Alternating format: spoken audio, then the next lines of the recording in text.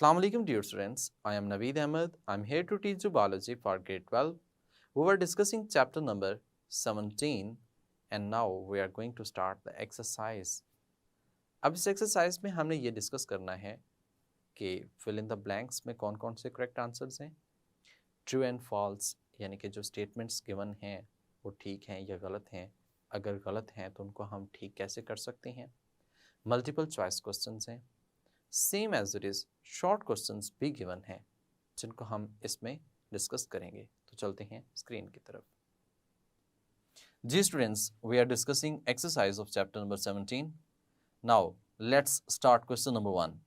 जी students, question number 1 है fill in the blanks. अब देखिए इसमें क्वेश्चन नंबर 1 है neurotransmitter molecules bind to the receptors on the dash membrane at synapse.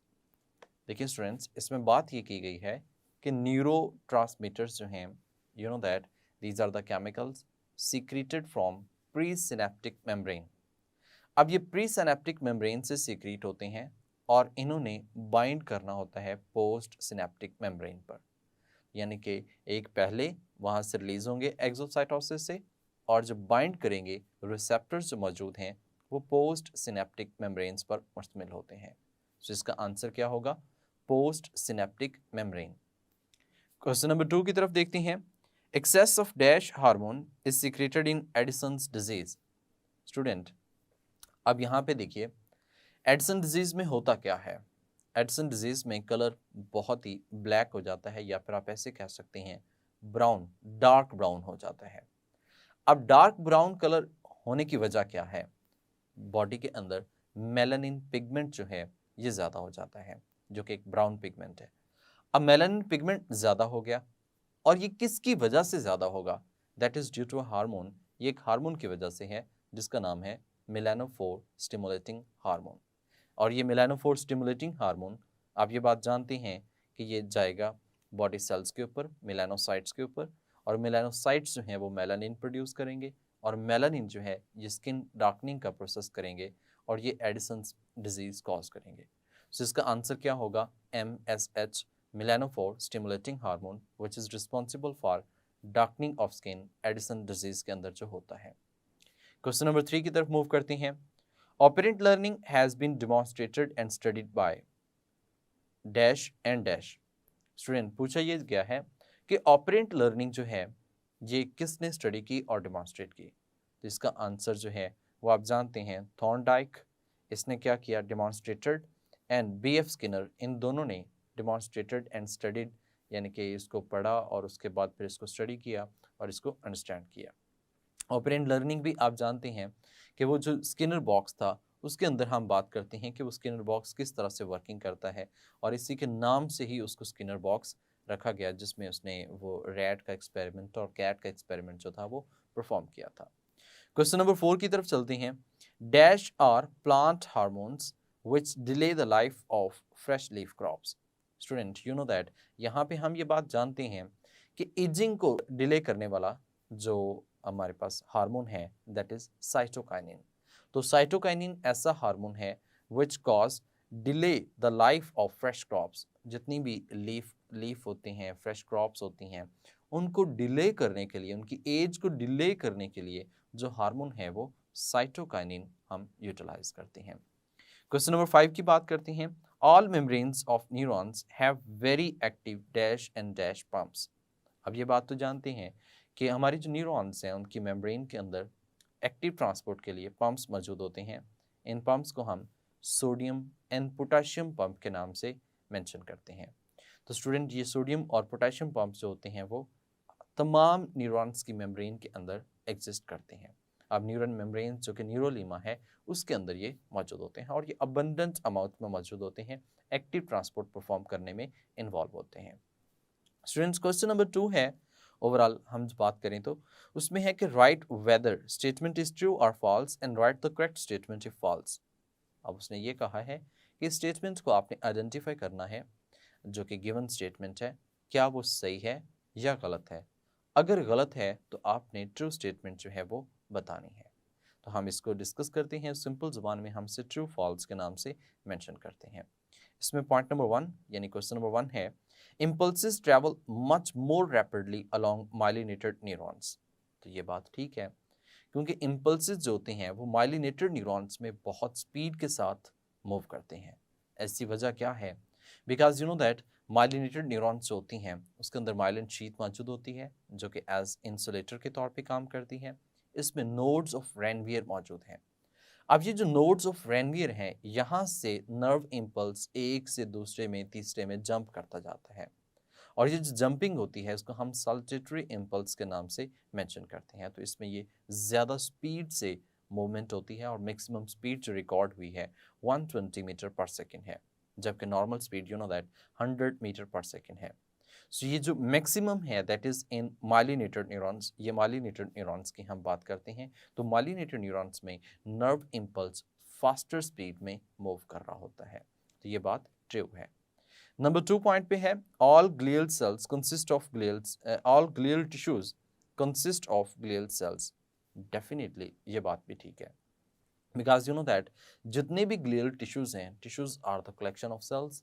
तो जाहिर सी बात है अगर ग्लियल टिश्यूज हैं तो वो ग्लियल सेल से ही बने होंगे।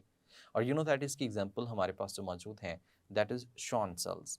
अब जो शॉन सेल्स होते हैं ये माइलिन शीथ प्रोड्यूस करते हैं और इनके कलेक्शन को हम न्यूरोग्लियल सेल्स कहेंगे। और ये कलेक्शन जो है वो सेल्स हैं, यही मिलकर आगे क्या बनाते हैं, टिश्यूज बनाते हैं। तो ग्लियल टिश्यूज जो होते हैं this are made up of glial cells. तो ये बात भी ट्रू है, ये स्टेटमेंट भी ठीक है। पॉइंट 3 है, saltatory conduction is carried out by those nerve fibers that have nodes of Ranvier। Students ये बात भी ठीक है, क्योंकि saltatory nerve impulse सिर्फ उन्हीं के अंदर कंडक्शन होती है जिनमें नोड्स ऑफ Ranvier मौजूद होंगे। अब नोड्स ऑफ Ranvier उसी वक्त होंगे ना जब उसमें माइलिन शीथ होगी। अगर माइलिन शीथ एग्जिस्ट कर रही है तो तभी तो वो एक ऐसा पॉइंट होगा जहां पे माइलिन शीथ मौजूद नहीं है, that is node of Ranvier। और इस तरह से नर्व इम्पल्स एक नोड से दूसरी नोड से next node to node transmit करेगा।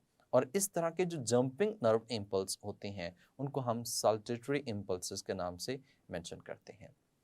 स्टूडेंट नेक्स्ट पॉइंट है, the myelin sheath of neuron is particularly good conductor of electric impulse, that is false. देखिए myelin sheath is made up of lipids, और lipids जो होते हैं ये insulator होते हैं। यहाँ पे ये बात की गई है कि myelin sheath of neuron is particularly good conductor, that is not a good conductor, that is a insulator. ये इंसुलेटर है। तो आप इस स्टेटमेंट को आप ऐसे मेंशन कर सकते हैं कि myelin sheath of neuron is particularly insulator of electric impulses. तो ये इंसुलेटर है इलेक्ट्रिक इम्पल्सेस के लिहाज से, और इसी वजह से नर्व इम्पल्स एक से नेक्स्ट और नेक्स्ट जो है वो क्या करते हैं, जंप कर रहे होते हैं इन साल्टेटरी इम्पल्सेस की फॉर्म में। स्टूडेंट नेक्स्ट पॉइंट है point 5, the resting membrane potential is maintain largely by sodium pump. देखें स्टूडेंट, अब ये बात भी गलत है, क्योंकि सिर्फ सोडियम पंप तो नहीं होते बल्कि सोडियम एंड पोटाशियम पंप होते हैं। तो इस स्टेटमेंट को आप ऐसे ट्रू कर सकते हैं, ये बात जो थी यहाँ पे सिर्फ सोडियम पंप्स के मुतालिक ये बात गलत है। तो ये करेक्ट इस तरह से हो सकता है, the resting membrane potential is maintain by largely by sodium and potassium pump. तो इसमें सोडियम एंड पोटेशियम जो हैं these pumps are involve which is responsible for maintaining resting membrane potential, otherwise that can unable to maintain. तो हम उसको इसके अलावा जो है, इसके बगैर जो है वो मेंटेन नहीं कर सकते। सो इट इज़ नेसेसरी कि सोडियम पोटाशियम पंप जो हैं वो न्यूरॉन मेम्ब्रेन के अंदर होने चाहिए। स्टूडेंट 6 पॉइंट पे है, hormones initiate new biochemical reactions in the body. ये बात भी गलत है। हम ये बात जानते हैं कि हार्मोन्स जो हैं this can not initiate new biochemical process. ये एक नया बायोकेमिकल प्रोसेस जो है वो स्टार्ट नहीं कर सकते। ये सिर्फ और सिर्फ एग्जिस्टिंग जो बायोकेमिकल रिएक्शंस होते हैं उन्हीं को रेगुलेट करने में इन्वॉल्व होते हैं। यानी कि अगर बायोकेमिकल रिएक्शंस बहुत स्पीड से हो रहे हैं, वो हमारी बॉडी के सेट पॉइंट से ज़्यादा है तो उसको कम करना, और अगर सेट पॉइंट से कम है तो उसको क्या करना, स्पीड अप करना। तो रेगुलेशन के पर्पस के लिए यूटिलाइज होते हैं।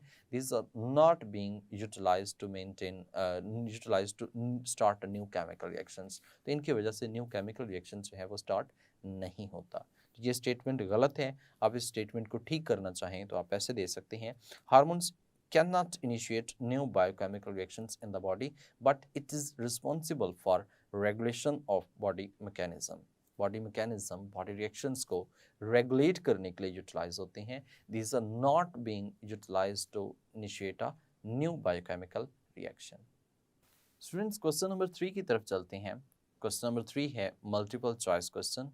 तो इसमें से हमने बेस्ट आंसर जो है उसको क्या करना है, चूज करना है इन द गिवन ऑप्शंस में से. तो क्वेश्चन नंबर 1 है the neuron net of hydra lack. यानी कि हाइड्रा की हम जब बात करते हैं तो उसमें जो नर्व नेट होता है उसमें क्या चीज़ मौजूद नहीं है. ऑप्शंस हैं neurons, dendrites, connections, direction of impulse flow. तो स्टूडेंट्स, उसमें न्यूरॉन्स तो मौजूद हैं, अब जबकि उसमें डेंड्राइट्स भी मौजूद होते हैं, उसके अंदर कनेक्शंस भी आपस में एक दूसरे के साथ मौजूद हैं, but direction of impulse flow that is unidirectional. ये अनडायरेक्शनल है. ऐसा जिसमें स्पेसिफाइड नहीं है कि कहाँ से किस तरफ नर्व इम्पल्स मूव करेगा. क्यों नहीं स्पेसिफाइड? क्योंकि हमारे पास जो न्यूरॉन्स गिवन हैं उन न्यूरॉन्स के अंदर हमें यही नहीं पता कि उनमें से सेंसरी कौन सी हैं, इंटर न्यूरॉन्स कौन सी हैं और मोटर न्यूरॉन्स कौन सी हैं. So we are unable to identify direction of impulses. So answer हमारे पास डेल्टा होगा जो कि डायरेक्शन ऑफ इम्पल्सेस है. क्वेश्चन नंबर 2 है a nerve is a. Nerve क्या है? ऑप्शंस में है alpha, collection of neurons, beta, concentration of dendrites and axons, Charlie, bundle of axons or dendrites of neurons, delta, bundles of axons or dendrites bonded by connective tissues. Students, question is that कि nerve क्या है? अब ये बात तो जानती हैं कि एक neuron basic structural and functional unit है नर्वस सिस्टम का, लेकिन अगर हम नर्व की बात करते हैं तो इसमें एक्सॉन्स या फिर डेंड्रॉन्स जो होते हैं these are surrounded by or covered by connective tissues. जब ये कनेक्टिव टिश्यूज यानी लिपिड से कवर्ड होंगे तभी तो हम उनको नर्व कहेंगे, अदरवाइज हम उनको नर्व नहीं कह सकते. सो इसका करेक्ट आंसर जो है वो डेल्टा है, बंडल्स ऑफ एक्सॉन्स और dendrites bonded bye connective tissue. Question number 3 है thyroid gland produce. Student, thyroid gland क्या प्रोड्यूस करता है? अल्फा ऑप्शन में है T3, T4 and calcitonin, beta option में है कैल्सिटोनिन, चार्ली में है ट्राई आइडोथायरोनिन, डेल्टा में है tetra iodothyronine. Students, try iodothyronine T3 का नाम है जबकि टेट्रा आइडोथायरोनिन T4 का नाम है.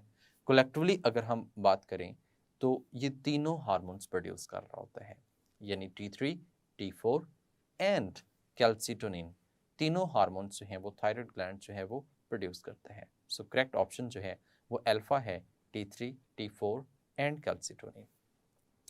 स्टूडेंट, नेक्स्ट क्वेश्चन है what is the number of cranial and spinal nerves in man. इंसान के अंदर क्रेनियल और स्पाइनल नर्व्स का नंबर क्या होता है? स्टूडेंट्स, हमने पेयर की फॉर्म में डिस्कस किया था कि क्रेनियल नर्व्स होती हैं वो 12 पेयर्स होती हैं. टोटल नंबर कितना होगा? 24. Same as it is spinal nerves होती हैं 31 पेयर्स हैं. अब वो जो 31 पेयर्स हैं दीज आर 62, ये 62 होती हैं. इस तरह से कलेक्टिवली अगर बात की जाए तो हम 24 एंड 62 ये पेयर करेक्ट ऑप्शन चूज कर सकते हैं. जबकि गिवन ऑप्शंस में अल्फा भी है 12 एंड 31 जो कि बिल्कुल गलत है क्योंकि यहाँ पे पेयर्स मेंशन नहीं किया गया. अगर तो पेयर्स मेंशन होता then both A and B correct answer होना था और नन ऑफ दीज तो इसमें ऑप्शंस बनता ही नहीं है. स्टूडेंट, नेक्स्ट क्वेश्चन है the one which is not related to others is. इनमें से ऐसा कौन सा है जो दूसरों के साथ रिलेट नहीं करता? अल्फा ऑप्शंस में है क्रेटिनिज्म, बीटा ऑप्शन में है मिक्सोडीमा, चार्ली में है एक्सोप्थेल्मिक गॉइटर, डेल्टा में है डायबिटीज मेलाइट्स. स्टूडेंट्स, इनमें से जो डायबिटीज मेलाइट्स है that is due to the deficiency of insulin. ये इंसुलिन की डेफिशिएंसी की वजह से होता है. और ये बात आप जानते हैं कि insulin secreted from beta cells of pancreas, islets of Langerhans, उसके बीटा सेल से सीक्रेट होता है. जबकि अगर हम क्रेटिनिज्म की बात करें, मिक्सोएडिमा की बात करें या फिर एक्सोप्थेल्मिक गॉइटर की बात करें that is related to thyroid gland, ये थायराइड ग्लैंड से रिलेट करते हैं. सो ऑप्शंस में हमारे पास बेस्ट ऑप्शन जो डिफरेंट नज़र आता है इन चारों में से वो डायबिटीज़ मेलाइट्स है, जबकि बाकी तीनों जो हैं वो थायराइड ग्लैंड्स के डिसऑर्डर्स काउंट होते हैं। सो स्टेटमेंट ये थी, the one which is not related to others is, इनमें से ऐसा जो दूसरों के साथ रिलेट नहीं करता वो कौन सा है? तो उसमें डेल्टा करेक्ट ऑप्शन जो है वो कंसिडर किया जा सकता है, जो कि डायबिटीज़ मेलाइट्स है। स्टूडेंट्स नेक्स्ट क्वेश्चन है जी शॉर्ट क्वेश्चंस, यानी कि ये हमारे पास क्वेश्चन नंबर 4 आता है कि आपने क्या करना है, give answers to these questions या short answers to these questions. अब ये जो क्वेश्चंस हैं इनके आपने आंसर्स देने हैं, लेकिन वो शॉर्ट आंसर्स हैं। ऑलमोस्ट आपके पेपर के अंदर 2-2 नंबर का क्वेश्चन जो है वो आता है। आपने क्या करना है, लेट्स सपोज आपके पास क्वेश्चन है तो उस क्वेश्चन के हेडिंग के साथ आपने उसका आंसर देना होता है। For example question is that define circadian rhythms. Circadian rhythms क्या होती हैं? अब ये बात आप पढ़ भी चुके हैं, अभी भी मैं आपको बताता हूँ। Such rhythms which show periodically is of about 24 hours are called circadian rhythms। सिरका अबाउट 1 डे को हम कहते हैं, यानी कि अगर एक दिन के अंदर अपनी एक्टिविटीज़ को बार बार रिपीट हो रहे हैं तो वो कौन सी होती हैं? सर्केडियन रिदम्स के नाम से मेंशन किया जाता है। लैटिन वर्ड में हमने कहा सिरका का मतलब अबाउट होता है और डाइज का मतलब डे होता है, which means 1 day, so they are known as diurnal rhythms. हम इनको डायरनल रिदम्स के नाम से भी मेंशन करते हैं। स्टूडेंट जब ये क्वेश्चन आएगा डिफाइन सर्केडियन रिदम्स, तो उसमें आपने पहले बायोरिदम्स को डिफाइन करना है, which you know that the activities, repeating activities in the living organisms after a specific time interval is known as biorhythms। biorhythms को डिफाइन करें, उसके बाद आप सर्केडियन रिदम्स इनको क्या करें, डिफाइन करें, और फिर उसके बाद एग्जाम्पल्स भी लाजमी मेंशन करें, जैसे कि स्लीप एंड अवेक साइकिल, ये इसकी गिवन एग्जाम्पल है। जब आप इस तरह से कंप्लीट लिखेंगे तो आपको कंप्लीट 2 नंबर जो हैं वो इसके मिल जाएंगे। नेक्स्ट क्वेश्चन है, what is the difference between CNS and PNS?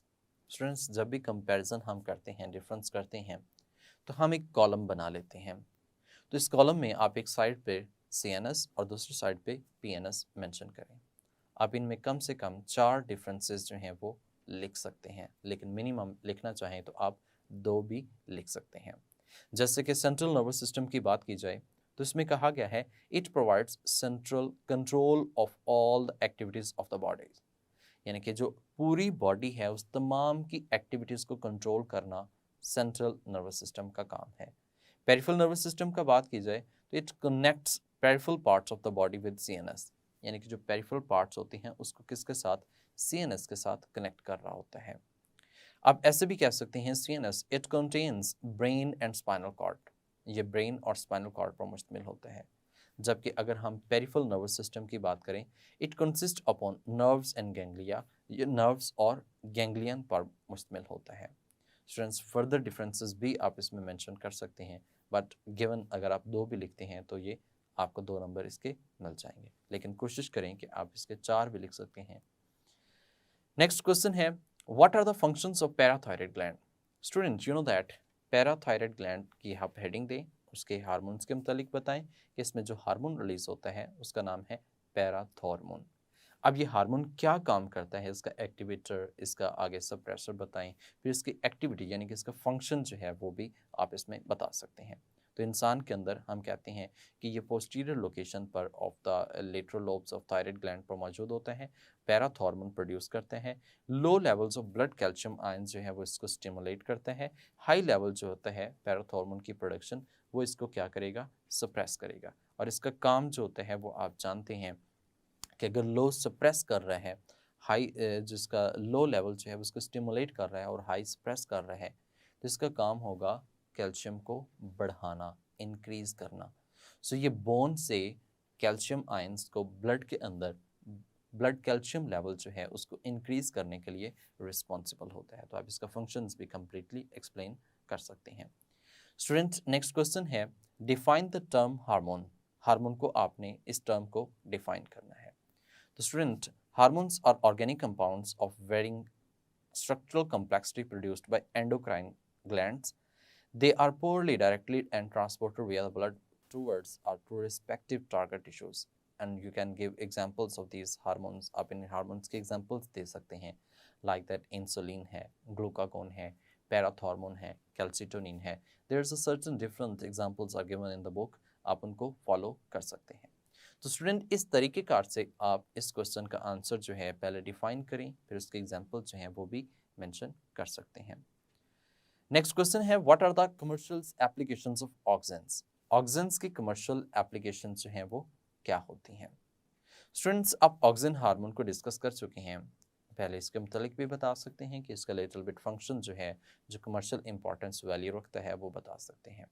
उसके बाद आप बताएं कि इसकी कमर्शियल एप्लीकेशंस में हम नेफ्थलीन एस्टिक एसिड ये प्रोड्यूस करते हैं.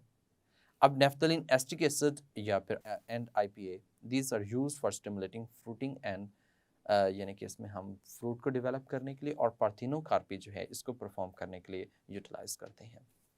पार्थिनोकार्पी का प्रोसेस आप जानते हैं कि हम इसमें विदाउट सीड जो है फर्टिलाइजेशन करवाते हैं, जिससे सीडलेस फ्रूट्स जो हैं वो डेवलप होते हैं. स्टूडेंट्स एक और टाइप है इसकी 2,4-D.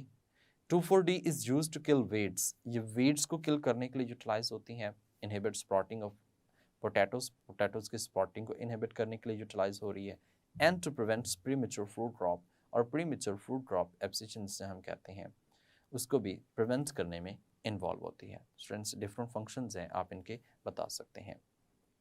नेक्स्ट है जी, क्वेश्चन है, list different types of tropisms. Students जब हम ट्रॉपिज्म्स की बात करते हैं तो ये प्लांट मूवमेंट्स में आ जाता है. प्लांट मूवमेंट्स को आप पहले डिफाइन कर सकते हैं कि क्या होती हैं, किस तरह से होती हैं, कैसे हैं. फिर आप उसमें बता सकते हैं कि फोटोट्रॉपिज्म जो है वो क्या है. Phototropism that is due to the source of the light, ये लाइट की वजह से होती हैं. Geotropism that is due to the gravity, ये ग्रेविटी की वजह से होती हैं. Hydrotropism that is due to the water, ये वाटर की वजह से होती है. Thigmotropism that is due to the touch, ये टच की वजह से होती हैं. और chemotropism that is due to the chemicals. सबसे पहले जब आप इसे डिफाइन करते हैं तो you can say that these are those moments which are in curvature form, जो कि कर्वेचर फॉर्म में होती हैं. These may be towards the source, ये यानी कि स्टिमुलस की तरफ हो सकती हैं, या फिर अवे फ्रॉम द स्टिमुलस हो सकती हैं. This can be of different natures. इनके नेचर जो है वो एक दूसरे से क्या कर सकती है, वेरी कर सकती है.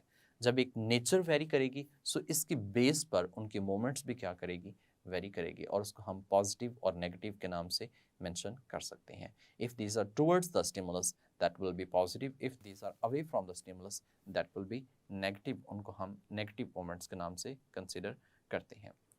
स्टूडेंट्स लास्ट क्वेश्चन है, right a note on Alzheimer's disease. जो भी बुक में गिवन कंटेंट है आप अल्जीमर्स डिजीज़ में लिख सकते हैं. But here's way I am going to discuss you in a points में देखा जाए तो सबसे पहले हमने कहा that is characterized by decline in brain function, यानी कि ब्रेन फंक्शन इसमें कम हो जाता है. अब ये भी कह सकते हैं कि इसकी सिम्टम्स होती हैं वो सिमिलर हैं to the diseases that cause dementia, memory loss जो कॉज करती हैं, उससे इसकी सिमिलैरिटी जो है वो मिलती जुलती हैं. सिम्टम्स एक दूसरे से मिलती जुलती हैं. नंबर 2 पॉइंट पे बता सकते हैं that was described by Alois Alzheimer's in 1907. उसके अंदर एक लड़का था जिसके अंदर ये डिस्कवर हुई थी, उसी की बेस पे इसका नाम जो है अल्जीमर्स डिजीज़ रखा गया.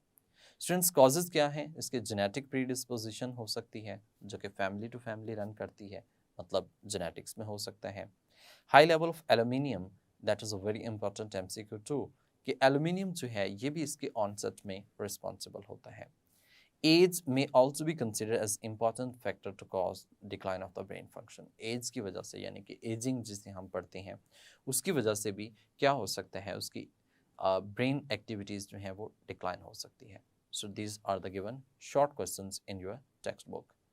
नेक्स्ट आपके पास है long questions that we have described in detail in the previous lectures. हम प्रीवियस लेक्चर्स में उनको डिटेल में डिस्कस कर चुके हैं. जी स्टूडेंट्स, उम्मीद करता हूँ कि आपको ये बात समझ आ चुकी होगी कि इनके करेक्ट आंसर्स क्या हैं और किस तरह से हम इनको शॉर्ट क्वेश्चंस को प्रॉपर तरीके से अटेम्प्ट करते हैं.